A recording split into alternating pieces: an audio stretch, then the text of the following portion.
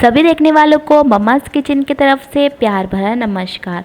तो सबसे पहले आप सभी को गणेश चतुर्थी की बहुत बहुत शुभकामनाएं। गणेश चतुर्थी हिंदुओं का एक प्रमुख त्यौहार है। इस त्यौहार भारत के विभिन्न भागों में मनाया जाता है, किंतु महाराष्ट्र में बड़े धूमधाम से मनाया जाता है। पुराणों के अनुसार इस दिन गणेश जी का जन्म हुआ था और 9 दिन बाद गानों और बाजों के साथ गणेश प्रतिमा को किसी तालाब या जल में विसर्जन किया जाता है। गणेश चतुर्थी 1893 में श्री बाल गंगाधर तिलक जी ने शुरू किया था। तब से लेके आज तक पूरे भारतवर्ष में गणेश चतुर्थी बहुत प्यार से मनाया जाता है। गणेश चतुर्थी के दिन में मोदक सभी के घर में बनता है, इसीलिए आज मैं आपके साथ शेयर करने जा रही हूँ मोदक की रेसिपी। और ये मोदक की रेसिपी हम बिना मोल्ड के बनाएंगे। तो चलिए स्टार्ट करते हैं। सबसे पहले मैंने यहाँ पे लिया है 200 ग्राम कच्चा नारियल, जो मैंने कद्दूकस कर लिया है। यहाँ पे लिया है 2 कप चावल का आटा। ये चावल का आटा घर पे ही बनाया था मैंने। इसे अच्छे से धो के धूप पे सुखा के उसके बाद मैंने मिक्सर ग्राइंडर पे इसे ग्राइंड कर लिया है। तो अगर आपके पास घर में बनाया हुआ चावल का आटा नहीं है तो आप बाहर से शॉप से ख़रीद सकते हैं। मैंने लिया है यहाँ पे 100 ग्राम गुड़। ये गन्ना का गुड़ है, चाहे तो आप कोई भी गुड़ यूज़ कर सकते हैं। अगर आपको गुड़ पसंद नहीं है तो आप चीनी का भी इस्तेमाल कर सकते हैं, पर ये रेसिपी गुड़ के साथ ही अच्छी लगती है, तो मैंने यहाँ पे गुड़ लिया है। मैंने यहाँ पे 2 चम्मच इलायची पाउडर लिया है। ये इलायची पाउडर मैंने उक्कल में घर पे ही कूट लिया था। तो अगर आप बाहर से ख़रीद के ला सकते हैं तो आप वो भी इस्तेमाल कर सकते हैं इस रेसिपी में। मैंने यहाँ पे लिया है 1 चम्मच नमक। ये नमक मैं चावल के आटे में डालूँगी, इससे स्वाद और भी अच्छा आता है। मैंने यहाँ पे गार्निश के लिए अनारदाना लिया है। आप चाहे तो स्किप भी कर सकते हैं, ये ऑप्शनल है। यहाँ पे मैंने लिया है केसर वाला दूध। ये केसर और दूध को मैंने आधे घंटे पहले ही भिगो के रख दिया था। इससे क्या होता है कि फ्लेवर भी अच्छी आती है और इसका कलर भी बहुत अच्छा लगता है। यहाँ पे मैंने लिया है 2 चम्मच घी। सबसे पहले मैं क्या करूँगी, बर्तन में पानी गर्म होने के लिए रख दूँगी और पानी गर्म होने का वेट करूँगी। मैंने ये ग्लास का 1.5 कप पानी इसमें डाला था। अब पानी अच्छे से गर्म हो चुकी है। अब मैं इसमें ऐड करूँगी चावल का आटा। चावल के आटे को हमें अच्छे से स्टर करना है और इस बात का ध्यान रखना है कि पानी ज़्यादा इसमें ऐड नहीं करना है, क्योंकि चावल का आटा ऐसा है कि अगर हम इसमें पानी ज़्यादा ऐड करेंगे तो गीली हो जाएगी और कम ऐड करेंगे तो ये कड़ी हो सकती है।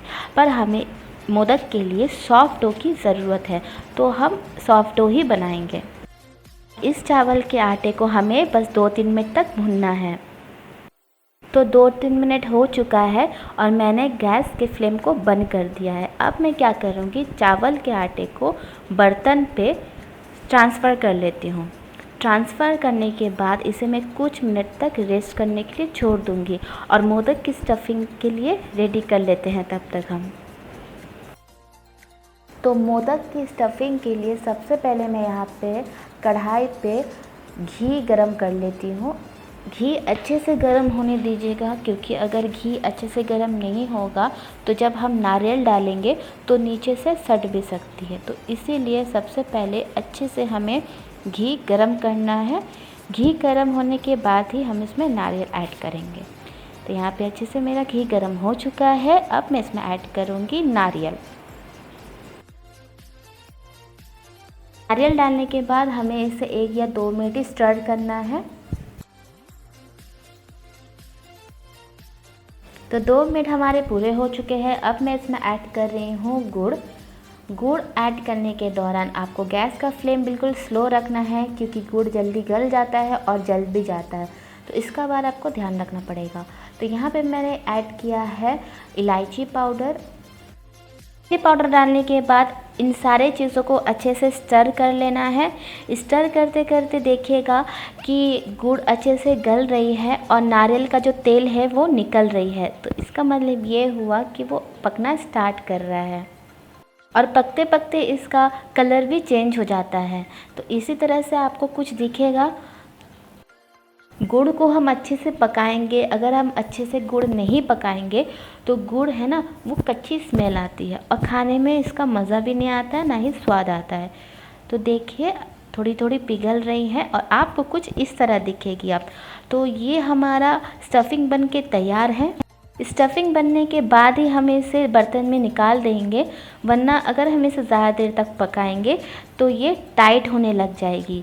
तो इसीलिए मैं इसे ट्रांसफ़र कर लेती हूँ दूसरे बर्तन पे। तो देखिए अच्छे से हमारा जो स्टफिंग है वो बन के तैयार है। तो चावल के आटे में मैं नमक डालूँगी। अब चावल के आटे को मैं अच्छे से गूँथूँगी। गूँथते गूँथते अगर आपको लगे कि इसमें पानी का ज़रूरत है तो आप गर्म पानी या तो फिर नॉर्मल पानी का भी इस्तेमाल कर सकते हैं। पर ध्यान रहे आप एक साथ पानी बिल्कुल मत डालिएगा, वरना ये गीली हो जाएगी।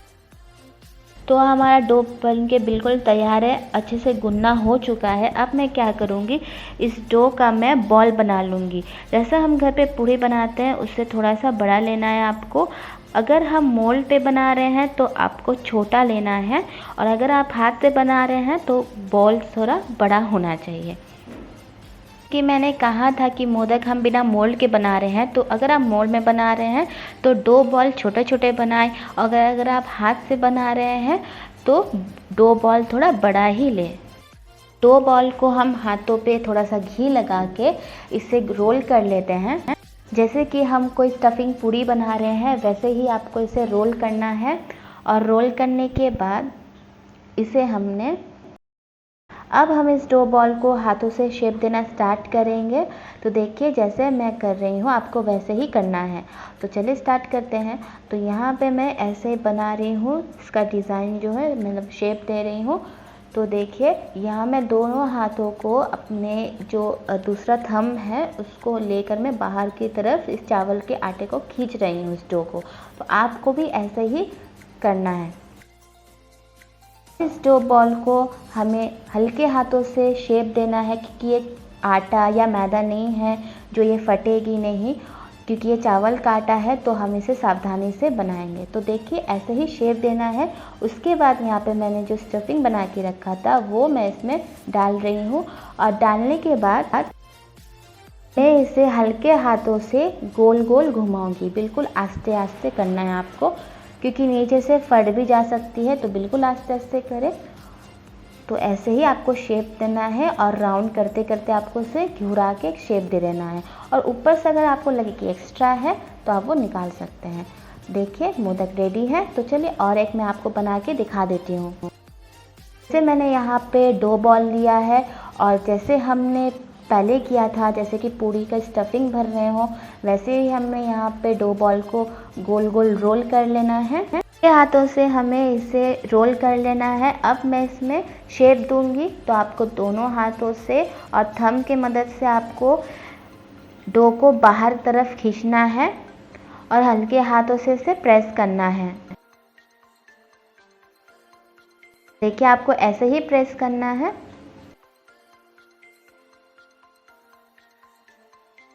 अगर आपको शेप देने में कोई दिक्कत हो रही हो तो थोड़े से आप हाथ पे घी लगा के भी शेप दे सकते हैं, क्योंकि चावल का आटा थोड़ा स्टिकी होता है।